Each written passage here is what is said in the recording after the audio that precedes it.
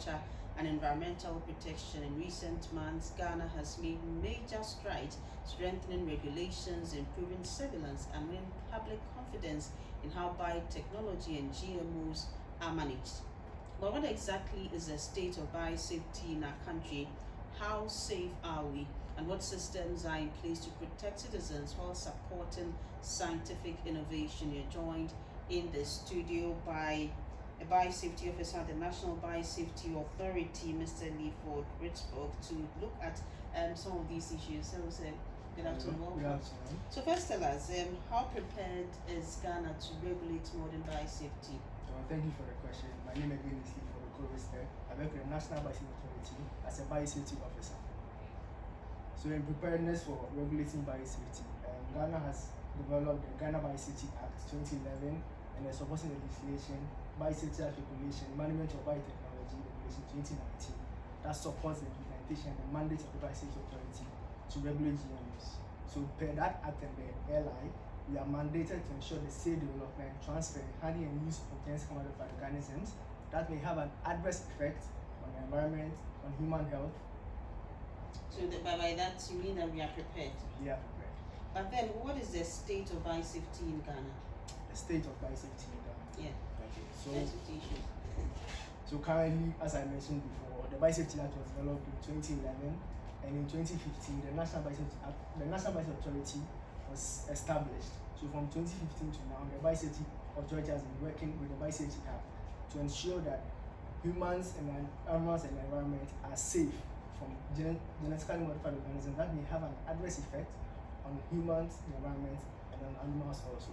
So per that, we develop guidelines, we develop regulations that enable the authority to work on this mandate to ensure that Ghanaians are safe. But so how does the authority work to ensure that these innovations never compromise safety? So as I mentioned earlier, per the Act, we develop measures in place. So first off, when an application comes in, it goes through a variety of processes, unlike the traditional processes where the system is more lax. With biotech or with innovations such as GMOs, it goes through a very regulatory process. So from where the MBA sits, we see the application, we do our checks, we call it administrative completeness. From there, we invite a pool of experts known as a technical advisory committee. And these experts are made up of scientists from various disciplines. We also have our regulatory agencies, 7 regulatory agencies that are also on the tap, such as the FDA that handles food safety issues. We have the PPRSD handling phytosanitary issues. You have the APA handling environmental issues. You have the GSA dealing with standards. So all of these bodies come together, sit together, analyze the application, and then they make sure it is safe. So from there, they do what is called a risk assessment recommendation report. That goes to the board. The board looks at this risk assessment recommendation report. They also look at the application submitted by the applicant, and then they can make an informed decision on the application. So it's a variety of process. And it's very rigorous enough that anything that they pass or anything that comes onto the market is safe as a conventional counterpart.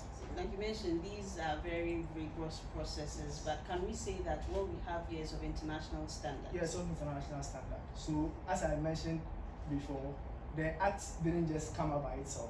So we signed onto the Cartagena Protocol by Biodiversity. We also signed onto the CPD. So by signing onto those international legislations or bodies, it made Ghana bind to those international legislations. So by binding to those international legislations, when you look at Article 19, it says that every party to that protocol shall establish its own measures to ensure that the technology is safe for Ghanaians, is safe for the people and then the environment and also animals.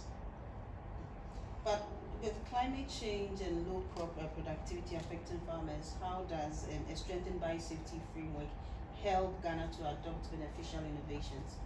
So the Biosafety Act in itself puts the NBA in like 2 folds, where we are ensuring that anything that comes from the technology is safe. We are not also impeding technology, so we are ensuring that we are driving technology, because we are also under the Ministry of Environment, Science and Technology, and per their policy, that is the STI policy, it looks at driving innovation. So as a body under the Ministry of Environment, you can't impede technology by also supporting the technology growth. And so what would you say Ghanaians should expect going forward? Well, Ghana should expect going forward because now we have a functioning biosafety authority that works to ensure that everything that comes out is safe.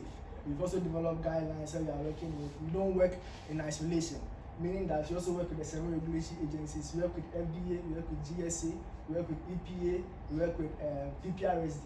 So everything we are doing is in the public domain, it's in public interest. And then all our processes are also online. You can find everything we do online. Our decisions and everything are also published. So you can't say you are sitting somewhere and then you are giving permits without people knowing. Everything we do is in the public domain. Thank you so much for your time, Mr. Lee. That's Mr. Lee Fordridge. He's a Biosafety Officer at the National Biosafety Authority.